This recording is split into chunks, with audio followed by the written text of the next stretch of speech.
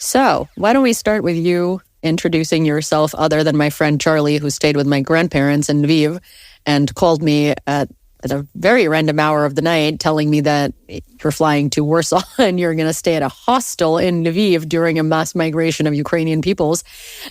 So, what do you do, Charlie? It was a loose plan.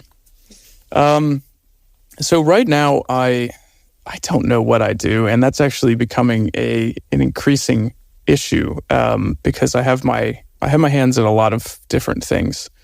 My friend recently jokingly described me as a freelance humanitarian, which I've decided is kind of an apt description.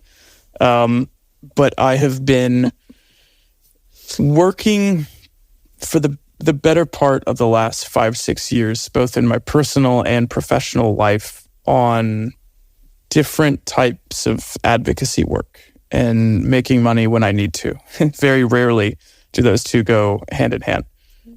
So I've been a consultant, I've been a communications manager and a digital director for various nonprofits, and I have my own creative consulting business, which is primarily focused on assisting nonprofits and the leaders of nonprofits in positioning them in whatever space they're trying to be a thought leader in. And then I am also the co-founder of Mission Kharkiv, which is a Kharkiv, Ukraine-based NGO, and we deal predominantly with oncology and rheumatology system in Ukraine and trying to ensure that people can get access to quality medication in a timely manner. Cool. And since we're talking about the very scary word tanky today, what makes you qualified to talk about tankies, Charlie? Nothing makes me qualified to talk about anything, which is something that people don't really understand when they keep asking me to talk about stuff. But I have talked about tankies before. I suppose I have a lot of experience talking to and about tankies from jobs that I worked in DC that involved different diaspora communities from Eastern Europe and from kind of the diaspora communities of groups that the Chinese Communist Party likes to go after.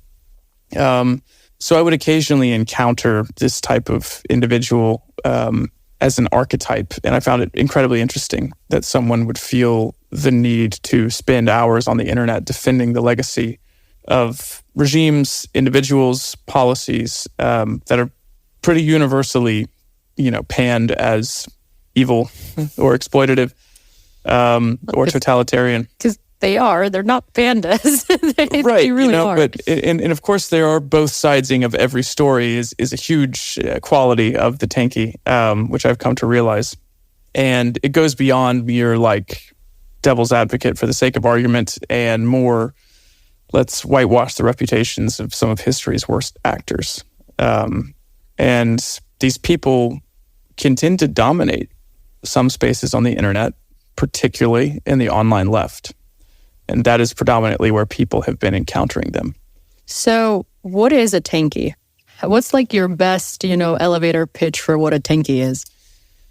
A tanky is someone who confuses the ideology of leftism, of some combination of socialism, anarchism, communism, anarcho-communism, Marxism-Leninism, Marxism-Leninism, Maoism, or any of the many varieties of leftist ideology with certain attempts at implementing leftist ideology in the real world. And they feel like in order to defend the ideology and its merits, they have to defend certain regimes and their merits. This is most prevalent with Marxist-Leninists. So not all Marxist-Leninists are tankies, but all tankies are Marxist-Leninists. And you ever been to Seattle? Yeah. So Marxist-Leninists are, for those who aren't already aware, a very particular flavor of leftist that believes that a vanguard party should be responsible for the revolution. So essentially, the people cannot be trusted with democracy. They cannot be trusted to democratically decide that they are going to do a communism or a socialism.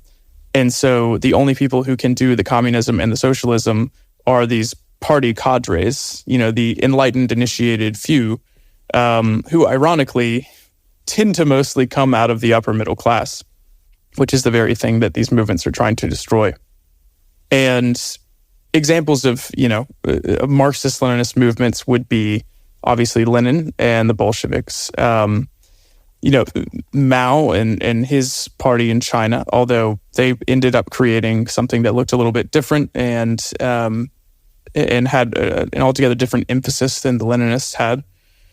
But mostly it is the idea that a small cadre of individuals are the only ones who can be trusted to bring about any sort of revolution, to the point where they doctrinally believe that you must oppress other leftist attempts at revolution because yours can be the only valid one.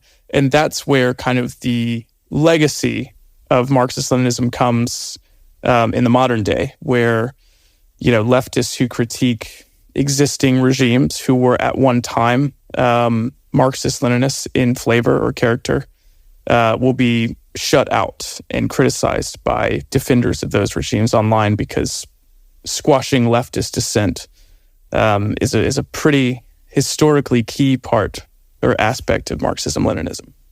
Well, I find it interesting because I think that the people who always talk about how good these regimes are always say that those examples that we have from the past, they're just failed attempts at implementing these regimes, yet they would never live in, say, North Korea, which I could argue is a communist dictatorship. Well, I'd like to push back a little bit on that here, because I would say that is true with many Marxist-Leninists or many communists in general, or soft, kind of intellectual communists. They will say, yes, these past regimes are a failure, and no, they probably wouldn't live there. I think that is different from a tankie who will pretty radically defend the existing Cuban regime, the existing Russian regime, the existing Chinese regime. Live there. Well, actually, sometimes they do. Do you have examples of that? I will tell you an example. There is you already brought up Seattle, but there's a girl in Seattle. I don't want to name specifics because I don't want to dox anybody. But I think I know who you're talking about, because she brings flowers. She converted to Islam, and she began to kind of start this LARP channel for the Soviet Union. Yep. She would talk about various aspects of Soviet life. Her boyfriend, husband, I'm not sure which, actually was so ideologically motivated by etc. that he went to go fight for the militias in Donbass on the other side. Oh my! I didn't know that aspect of it, but I have seen her defend the Soviet Union, and right. I have seen her spread horrendous misinformation about it.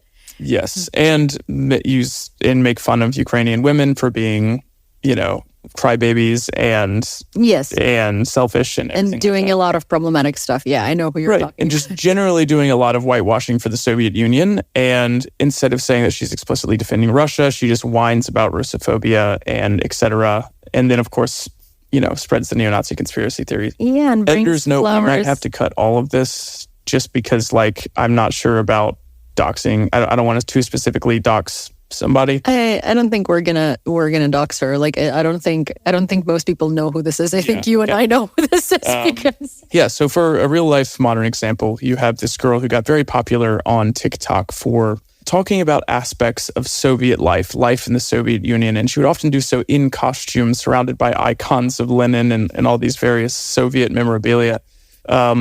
And not a lot of people know that her husband actually was so convinced of this, ideology that he went to go fight for the pro-Russian militias in Donbass. So he was willing to take his ideology that far. And I think that's the difference between a tankie and then a Marxist-Leninist or an intellectual communist in the U.S. who might excuse some of the crimes of the Soviet Union, but would not be actively saying that it's a place that they would live or a place that they would do. Some people even do this with North Korea. Lots of people do this with Cuba. Lots of people do it with China. Yeah, China, of course. But this is actually, it's very interesting. I did not know that this girl's how they know who you're talking about, because, I think we're being pushed very similar content on TikTok. Right. Well, we used to be mutuals. I found some of her stuff quite interesting, and some of it was, this was back in 2020, 2021. Mm-hmm. Some of it was quite innocuous. It was just what was home life like in the Soviet Union? What kind of folk songs would people be singing around the fire? Or like what holiday traditions were celebrated? And I was like, oh, this is kind of cool and quaint, and I think it's interesting. I didn't really associate it with any sort of militancy. Well, but there is also, I find it that when people who didn't live through Soviet Union, like say my parents or grandparents or any of my friends' parents or grandparents, right, talk about the Soviet Union, it is always very romanticized. And it's like, oh, folk songs and dishes and stuff like that. Yeah, that's the propaganda posters with all the handsome young men but who definitely aren't gay. Yeah, but that's like the thing where, these were just such few aspects of this life because most people were worked like really long hours, had to procreate families. Women had no rights. And these like, ooh, folk songs in Soviet Union. What about bread lines? What about lines for food? Yeah, I mean, there are bread lines and food lines in the United States. So I tend not to try and criticize the Soviet Union for those types of things, although there's plenty to criticize about it. It was a little different than the bread lines and food lines in the United States. One thing that I think is quite interesting is sort of often when the Soviet Union is romanticized, it's people who are from the Muscovite core. Oh, yeah. Who talk about, oh, well, this is so great. My grandparents had this experience. Very, very rarely are you talking to somebody from Irkutsk, or some Kazakhstan or literally anywhere. Some peripheral area.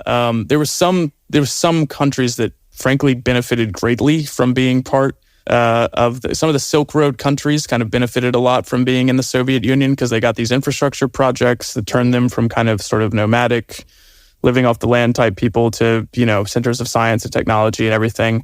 Others suffered immensely and were held back immensely as a result of it. But it's also, I think it's important to point out that countries might have benefited, but not the people in them, because the people in them usually were stripped of those resources. Well, that they wouldn't have themselves, to be fair, because there was no infrastructure, but also most of the people who would benefit greatly were the scientists that would be taken from Moscow or scientists that would be taken from bigger cities and then sent to work there. So the people in Armenia, for instance, were not benefiting from it that much. It's, Yeah, some weren't, somewhat. Yeah. I mean, and this is the thing that I think a lot of tankies get quite mad when you point out, which is that the Soviet Union very quickly began to replicate the sort of bourgeois, class structure of a Western liberal state. Yeah. In that there were some people who were given lots of opportunities and there were other people who were exploited for their resources. Yeah. It was more obviously happening all inside the same structure where, you would take intellectuals and, spread them around various different capital cities. And then you'd have massive famines like the one in Ukraine. You would have, various types of ethnic persecution, religious persecution, etc. And really very quickly, the Soviet Union, I mean, I don't need to lecture you on Soviet history, but it very quickly began to resemble the Tsarist state that it replaced of course. In a very real way. And people have made that comparison. There's a book, and I can't remember the author, called In the Court of the Red Tsar. And I think it was actually the inspiration for the graphic novel that became the film The Death of Stalin. And it talked about sort of how Stalin ended up replicating, the way, utilizing the Russian Orthodox Church to spy on people and creating this inner circle where no one could be relied upon or trusted. Yeah. The donosa is like when you snitch on people. Yeah. And people were in a constant state of like, if you snitch on your neighbors to the government, then you have you are in favor with the government, so that makes you special. Right. Then you would do that more and more sort of to gain favor. We kind of see that in Florida today, but No, I mean, again, like I'm not an advocate for the United States' way of doing things. And I think when I'm going to, for sure. Someone very close to me recently told me that I shouldn't just wantonly lash out at the Soviet Union, but I should be willing to engage, meaningfully with it. And I think that is important. The Soviet Union did accomplish a lot of progressive things in some ways, and in other ways it was incredibly regressive. And I think one of the ways in which it was regressive was by ruthlessly stamping out many of the left progressive movements inside its own country. Or killing people. My thing is that I can't look at it from the way that you look at it because it's quite personal. Yeah. It's personal. It's also I don't think any of its quote unquote accomplishments are should be highlighted because it was a murderous empire. Right. But I mean, I kind of feel the same way about the United States and Great Britain. in many ways. Yeah. But, well, they're not actively murdering you right now. Yeah. So like a classic tanky argument would be, I'm thinking of a particular meme which shows a guy with aboutism. Yeah, I'm thinking of a particular meme with a guy with like a really excited face, and it's like when you accidentally remove 32 million people, but literacy rates go up, because that's always the thing when you talk to the tankies. Like, yeah, but what about the literacy rates? And it's like, what about the gulags? Yeah. But yeah, I mean, it's important to point out that when you critique the Soviet Union, you need to be willing to take a hard look at what you're defending as well. And I do not make a pretense towards defending kind of what we have in the United States, where we have a higher prison population than the Soviet Union had under Brezhnev, So it's like... Well, you never know how much it was reporting, to be honest. So there is that aspect. Yeah. But I mean, I'm not taking the United States into account, right? Like, I mean... the United States, I have a lot of issues with the United States. Sorry, USCIS, thank you for the green card. But I take a lot of issue with how the US runs things. I guess like from being Ukrainian and having grown up in Ukraine and watching like Ukraine change and go through so many loops and stuff, I think that to me, like Soviet Union is just inexcusable in a lot of ways, because first of all, none of these countries wanted to be there, because it was being non-consensual Soviet Union. Being a a communist regime is one of its issues, right? But it was first and foremost an empire. Yeah, exactly. As in like Cuba is bad, but Cuba is doing it in Cuba. Right. While the Soviet Union, like Russia didn't do it in Russia. Russia just it exported.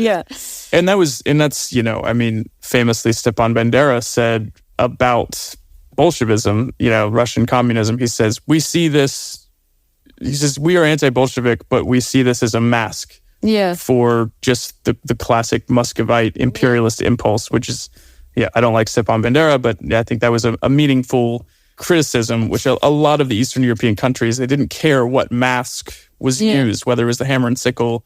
They cared what was behind it, which was Muscovite imperialism, which was 1,000 years old, and something they were intimately familiar with. And it's also the reason which I don't think people on the left should utilize symbols like the hammer and sickle, regardless of how liberatory they might be in a place like South America or India, or how they may be attached to figures like Thomas Sankara, who was sort of a liberatory figure. There have been good things done under those symbols. I think there have been far many worse things done under those symbols. And I get flack for this in some circles, but I think if you wouldn't use a swastika, which was not initially a symbol of hate, it was a symbol of peace, actually, a complicated religious symbol. Yeah, still used in Japan today. Right. But it was used there originally, so it's used by certain, Hindu and Buddhist religious movements. In the same way that you wouldn't use that because of its historical associations, I don't really think people should use the hammer and sickle because of its historical. Yeah. And I think that feels intuitive to Eastern Europeans. Yeah. But it's like I see people wearing totes with hammers and sickles because it's like cool and retro and like, whatever. And to me, it's like you're wearing a patch of genocide. Thank you. That's very traumatizing. Please take that off. Yeah. But then for someone who grew up in, Angola or in perhaps in Uruguay, that is something, or for instance, if you're a rural farmer in India, that might be a symbol that you associate with freedom, in the same way that a religious adherent of, certain septs of Buddhism might say the same thing about a swastika. Creator that we were originally talking about, I find it very comical and like satirical in a way, because she converted to Islam and she defends the Soviet Union and she loves it so much, yet as an Islamic woman in the Soviet Union, she would have had some of the hardest fate that a person could have in the Soviet Union, because any religion like that would be prosecuted and she would not be taken seriously and she would have very few rights and she would be taken as a minority. So it's the same thing with all the LGBTQ people. Oh my God, that are like drives me crazy. Yeah, who are like Soviet, I mean, here's the thing, like there were ways in which the Soviet Union or places like Cuba, etc., were more progressive for certain aspects of women's rights, women's freedom. There are other ways in which they were incredibly regressive. I'll ask you to name a few progressive things for the audience, and I'm also going to react to them. Okay. Well, but let me wind that back to an important point, which is that one thing that not a lot of people are willing to admit is, if the Soviet Union, if China, if Cuba, if these movements were so progressive, if they were so liberatory, then why is it that the biggest advances in things like LGBTQ rights come out of the Western liberal democracies? And there were really, really funny stories. I'm thinking about one now of... If I was a tankie, I'd tell you it's because you know that communism was not implemented right. Right. Well, I mean... That's why. If we had communism implemented right, we'd all be gay already. I'm not a tankie, and I also believe that, but I also have a different version of what communism is than most tankies do. I genuinely think that, like, the Soviet Union represented nothing about what Marx wanted. And I think it was not a flowering of Marxist ideology. I think it was the antithesis of it. I think socialism died in the Soviet Union as soon as the Bolsheviks stormed the Winter Palace. As soon as Lenin said, hey, we're not instituting socialism, we're actually instituting state capitalism. And we've secured the state. And so now we are going into war communism, and we must secure our borders and everything, and we're going to have capitalism, we're going to have a monetary system and everything. The Marxist-Leninists were really afraid that you might skip some steps on the way to communism, whereas the anarchists were just like, hey, we're a commune now, this is communism. And the Marxist-Leninists were like, no, you have to go through all these steps, and we will kill you if you don't go through them. So, I mean, you don't have to be a tankie to say that communism, Soviet communism does not look a lot like what Marx envisioned. I think a lot of people who aren't tankies believe that. But the tankies see what Lenin and Stalin and Mao did, and they don't necessarily see a problem with that. And whatever problems they do see, they try and explain away through the whataboutism or just some really complicated mental gymnastics. It always reminds me of like people who wanted to send you all of those links about the COVID vaccine or like masking or like the World Economic Forum during COVID. And like all these and they would find some scientist who said something about the COVID vaccine, and they would send you like an essay about it. And you're like, why are you sending me such technical scientific information, but then rejecting the scientific consensus on whatever this is? That's what the tankie does with history. Yeah. They find some guy, some historian at some university who is willing to say, it's all CIA lies, the Soviet Union never did this, the Holodomor is fake, et cetera, et cetera, et cetera. And then they find another one who says the same thing, and they patch that together into this quilt of like pro-Soviet ideology, which they can then say, they're being suppressed, and the academics are being suppressed because of the Western liberal hegemony. Which again, there's some validity to that criticism again, but it's the same kind of weird patchwork. It's like you're saying this, but you're actually like you're getting really into the history and then rejecting the historical consensus on this point. Yeah, because they kind of take the events. It's kind of like propaganda. Well, it is propaganda, right? Because you take something that actually happened, but you twist it in a way that works for you, and that's how the best propaganda functions. Because you take things that you can prove, but then their meaning is twisted. Yeah, I mean, like, honestly, when it comes to the Holodomor stuff, it's really interesting because something about when it comes to Holocaust deniers, there's a very interesting phenomenon where if you really get into it with them, there's kind of this attitude where they're like, it didn't happen, but I wish it did. Or it would have been justified if it did. And I feel like a lot of the hardcore tankies get that way with the Holodomor. They first of all deny that there was, a man-made famine. Yeah. And then they say, but even if there was, the kulaks deserved it. And they should have killed more. And it's just like, okay, guys, I mean, which is it? Well, with Holodomor, it's also, we actually talked about it the other day because we went to the Museum of Holodomor, which is phenomenal, honestly. Like, I'm so happy my dad suggested that I go there because a lot of really interesting new like monuments and new memorials and stuff have opened up in Kyiv in the past 8 years that I haven't been here, that I wouldn't have even known to go there. But the Holodomor Museum is awesome. It's one room and they're adding another part to it, but it's a lot of history in that one room. And it's really interesting because, with the Holocaust, you have Auschwitz, you have locations where you can prove that this happened, right?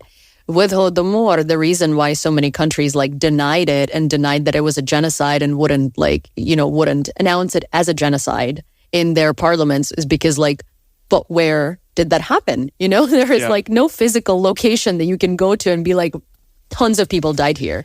Right. The memorials are people. Yeah. The survivors and their stories. I mean, a mutual friend of ours who we have in common, who will remain nameless, who we both care about deeply, is the descendant of the only survivor of the Holodomor in her family. Yeah. And that motivates you. Yeah. That shapes your outlook. That shapes your attitude towards Russia for sure. Yeah. And it's also, you have to be the one to keep that memory alive. Yeah. You have to be the one who's willing to educate and do that. And, in many ways there aren't because the Soviet Union didn't get liberated. Yeah.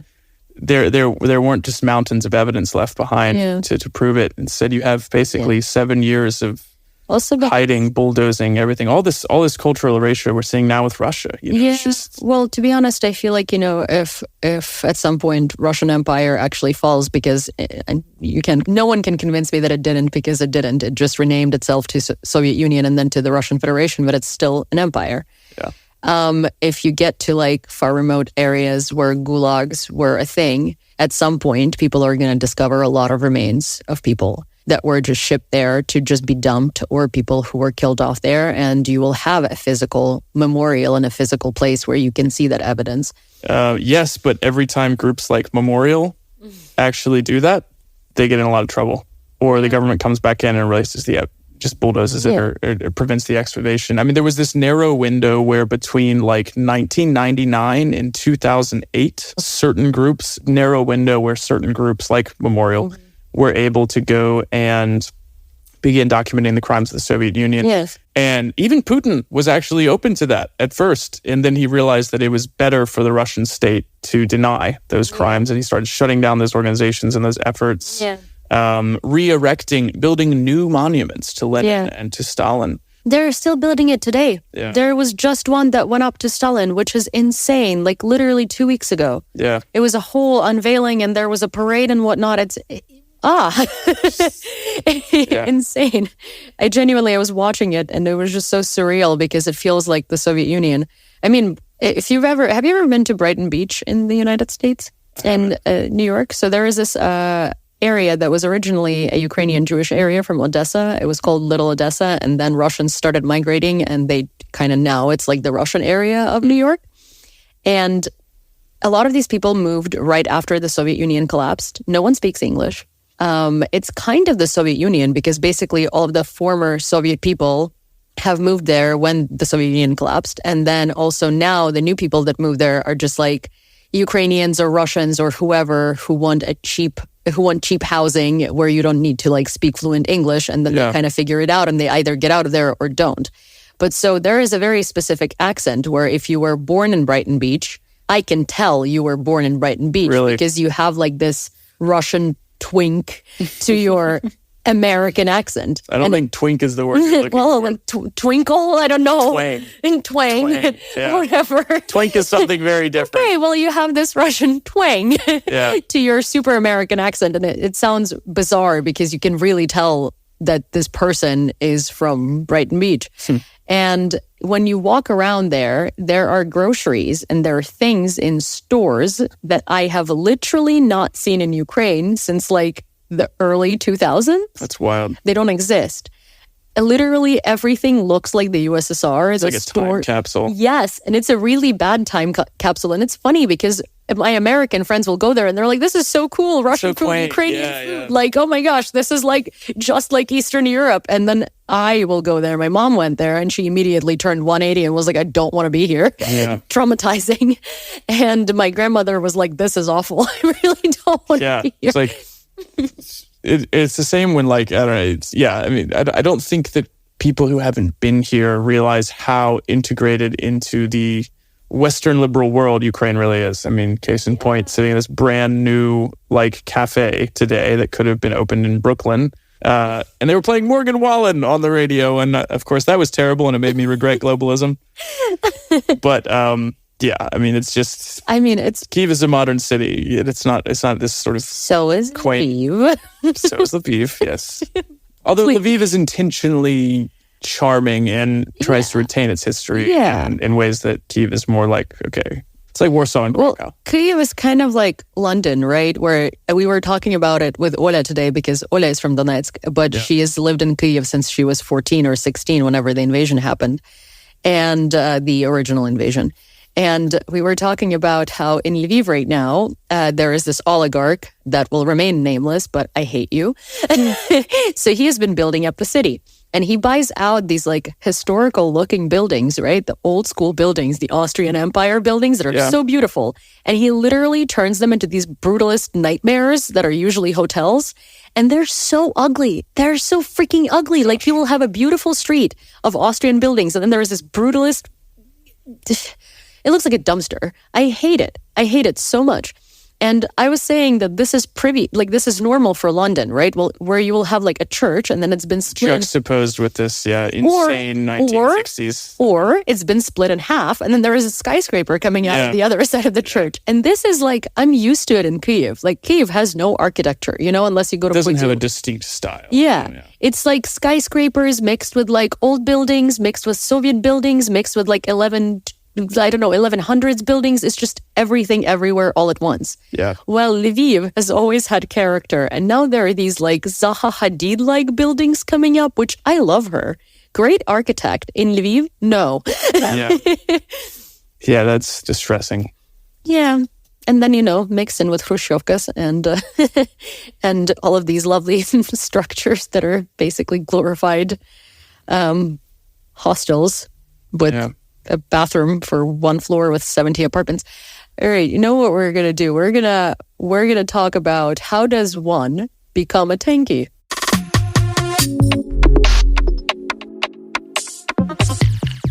So why would a kid who was born and raised in the United States, right, who has access to all of these modern goods and who has access to, I guess, democracy and stuff, just decide to defend these ideas? Sure, yeah. Let's bifurcate this definition again real quick, because I think there's two different types of tankies we could talk about. One is someone who's born in a, terrible term, I don't like it, but global South country who has historically been exploited by things like multinational corporations, American corporations. They've been victims of the United States sphere of influence or Israel's sphere of influence or India's sphere, whatever it happens to be. Yeah. And they are naturally prone to be defenders of kind of the anti-liberal axis. So whether that is, Cuba or Venezuela or the Soviet Union or Russia or China, their experience is so anti-United States that they're kind of just like reactionarily pro. This is why you'll go to, Brazil or Colombia or something like that, and it's quite common to encounter someone whose view on the war in Ukraine is that, it's a NATO versus Russia thing. Russia's defending encroachments on its homeland from, this vastly powerful, sinister organization.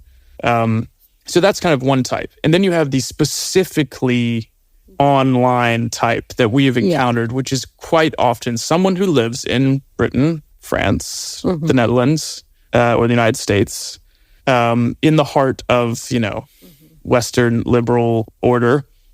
And they religiously defend these regimes. So they're coming out of a Western liberal context. And I think where this person comes from, because it's not really like the old 1930s, 1940s defenders of the Soviet Union, which were typically Marxist intellectuals who didn't want to admit how bad things really were in the Soviet Union. And then basically after the invasion of Czechoslovakia, even the French Communist Party collapses and all the French intellectuals say, all right, you know what? We were wrong. The British intellectuals split into two. The leftists who condemned the Soviet Union and parted ways with the Soviet bloc as a result of that. And then the ones who approved of the tanks being rolled into Czechoslovakia, which is where we get the term tanky. Yeah. So those on that side of parliament, or those British intellectuals, they were referred to as tankies. It's a very British term. But the modern version of that is typically someone who, often from a very young age, is very disillusioned with modern Western liberal democracy, because often it's neither modern nor Western nor liberal nor democratic.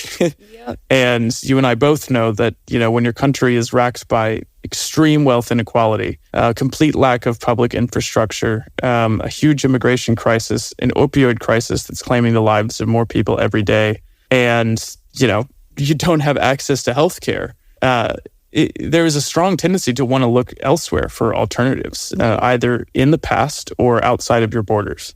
And that is kind of the environment in which the tankie is formed. And often it starts as an intellectual fascination with the left, which, as someone on the left, I understand how that works. I grew disillusioned and then, found myself drifting left as I saw what I believe to be kind of a conspiracy of complacency in American politics, that we were just going to allow the wealthy and the powerful to continue taking the lion's share of everything.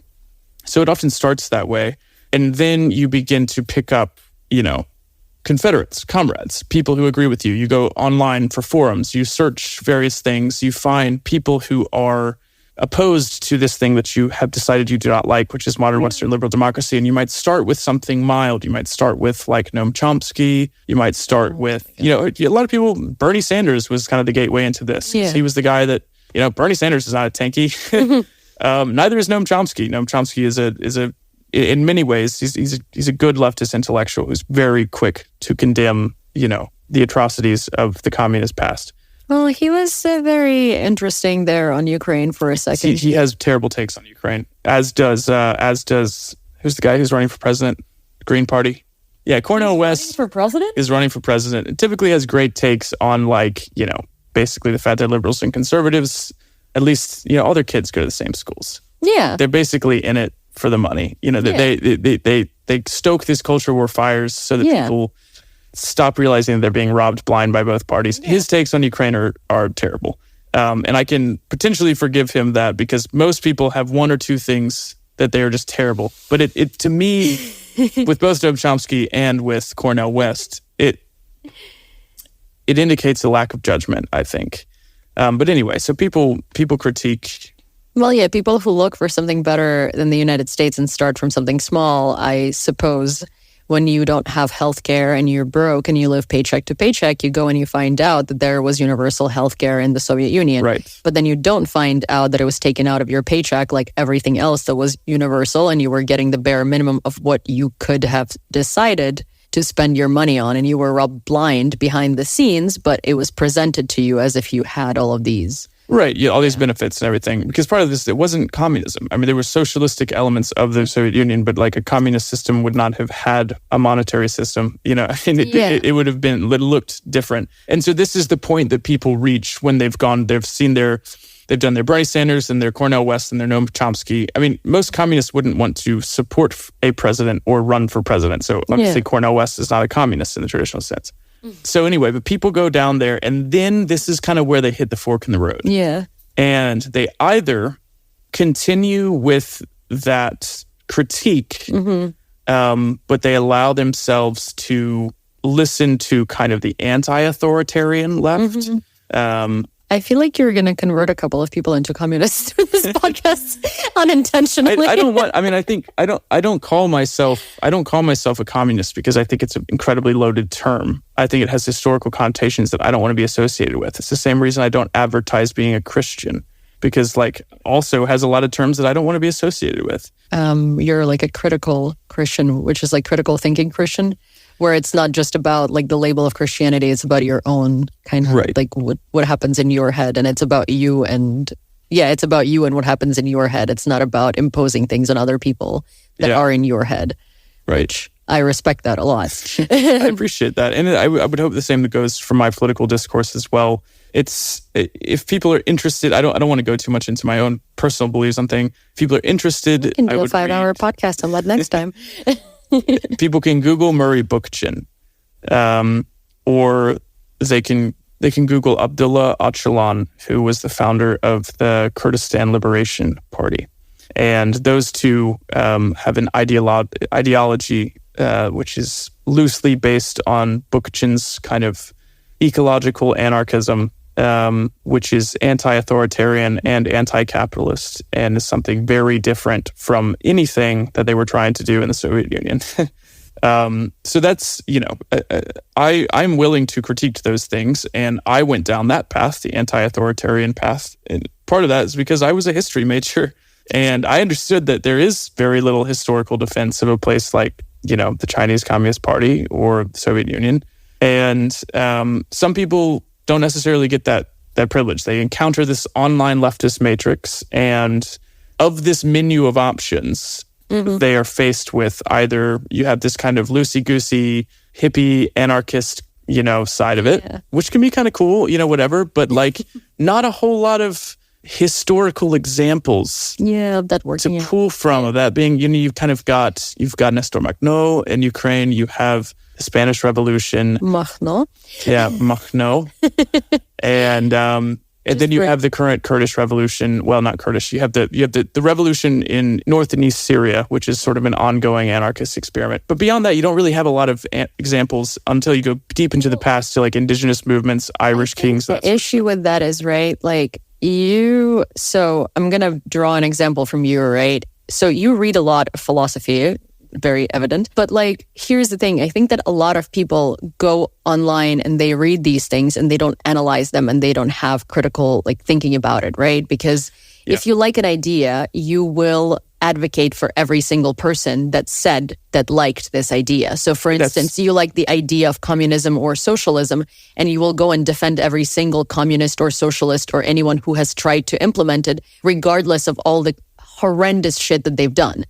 I call it like sophomore year politics. Yeah. There's something about these tankies. That's the thing, like you can take from these ideas, you can draw from them, you can like them, you can want to implement them, but that doesn't mean that you go and you defend Stalin or Lenin, right? Like you might have liked this one aspect of what they did, but you critically understand that the person was horrible and there is no defense for them, right? Yeah. Someone like you understands that. You are probably 0.000015 eternity % of people. I don't know. I think there's a lot of people with the ability to critically think. I think a lot of those people just, they haven't spent a lot of time like uselessly wasting their life on leftist forums like I have, or engaging with this discourse. It's a very specific set of reasons that I have engaged with these people. Is that these people don't try to defend.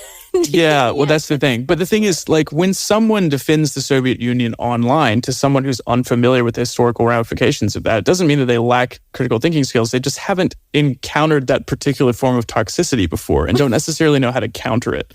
I, on the other hand, have spent far too long in the fever swamp of online leftist activity, which has informed my ability to be like, oh, that's one of them. That's you're about to get into something you really don't want to get into. So that's the thing. If you don't choose the loosey-goosey anti-authoritarian leftist, then you tend to go for the historical Marxist-Leninist leftist regime. And if you haven't been, basically, if it encounters you at an age that's quite young, or at a level of educational training that hasn't allowed you to think quite critically about some of these things, then it can very often, you're kind of a tankie for life. But I know some people who are smarter than me who are tankies. I mean, part of it is a moral decision to say, I'm so opposed to the United States, to Great Britain, to Israel. But that's the thing, like, I don't mean critical thinking in terms of like, oh, you are you're not savvy enough to critically think, right? It's just more of like, I wouldn't even call it a moral decision. I think it takes a lot out of you to sort of form your own set of beliefs based on pulling and taking from different things that you like and dislike, right? It's easier to just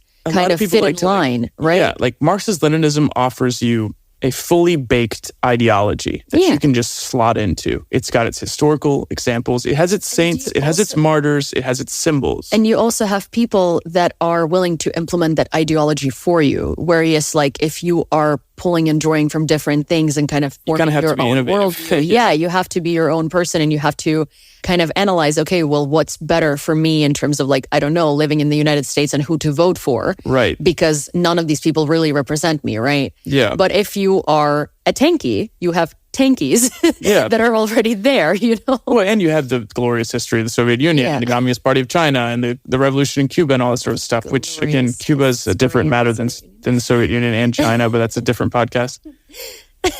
Anyway, so there's lots of nuance to this. The answer to every question of history is it's complicated. And with this one in particular. So that's kind of how a tankie gets formed.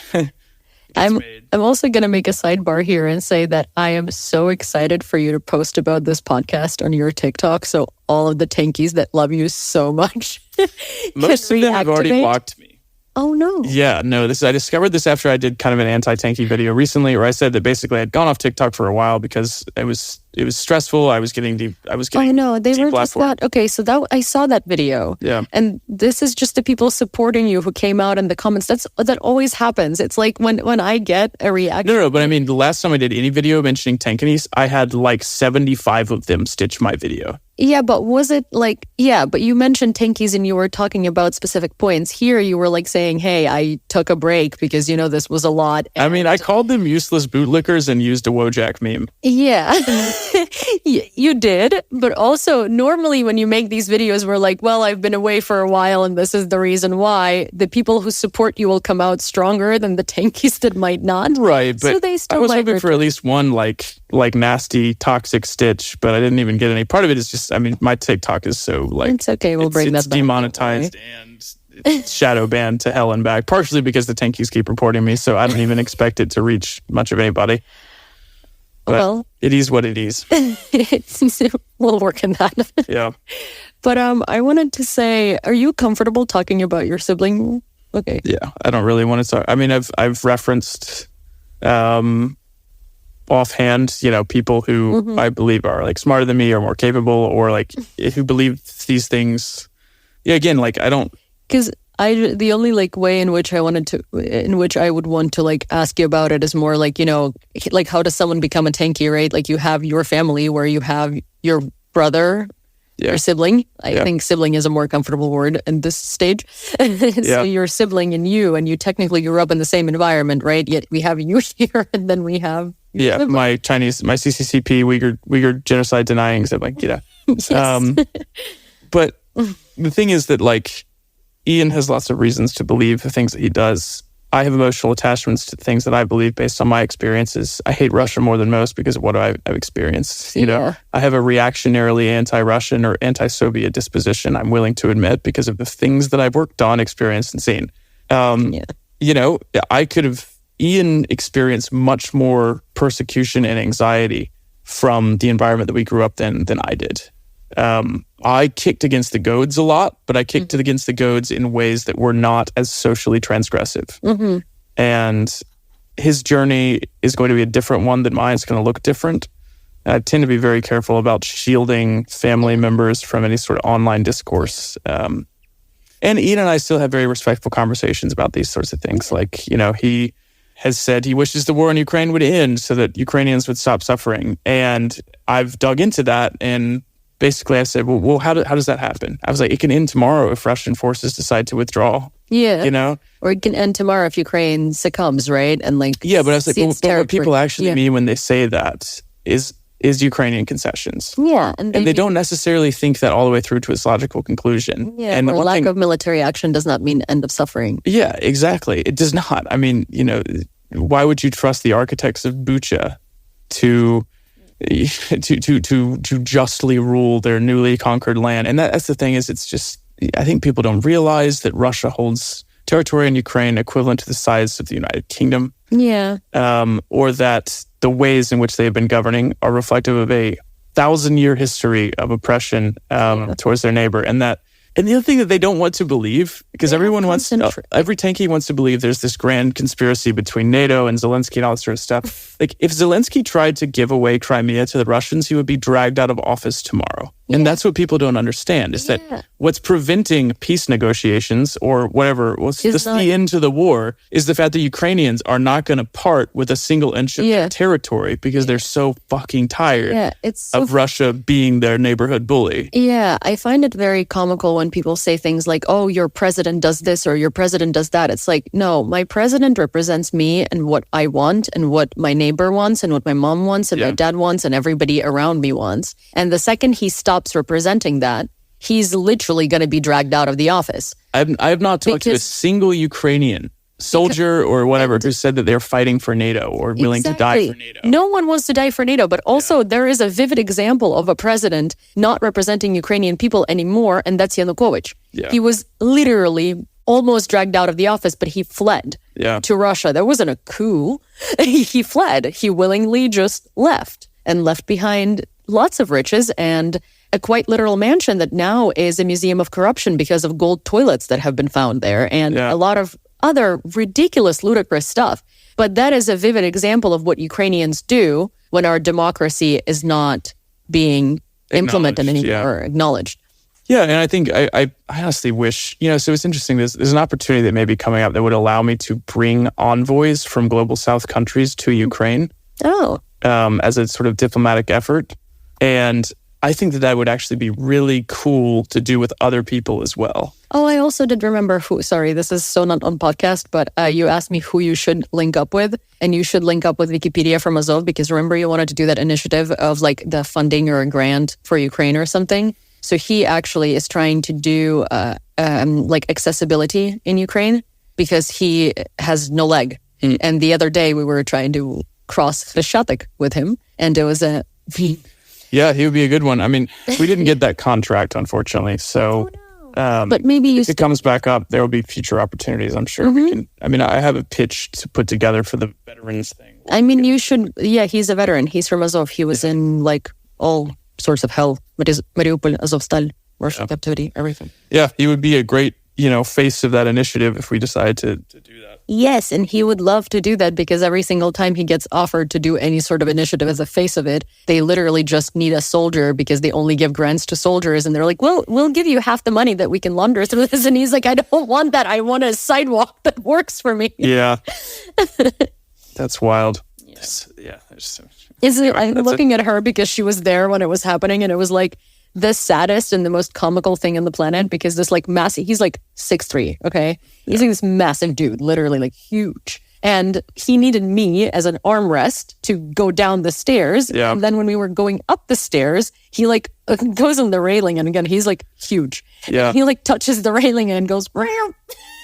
It's been crazy to me how, like, even just in Europe in general, like, they have nothing like the Americans with Disabilities Act. Yeah. And, like... No one does. Yeah. And Ukraine is going to have to be at the forefront of that because we're going to have so many disabled people. Like, this is the thing. I walk around Kyiv and, like, I don't know, every 10th person is missing a leg. An arm or a limb, something like that. It's so sad. But anyway, let's find a way to conclude this. I think we should probably have another podcast about, like, my thoughts on the nonprofit industrial complex and how it works in Ukraine. Probably have you as a how would you feel if we invited Charlie to be our monthly sure, I'd be honored.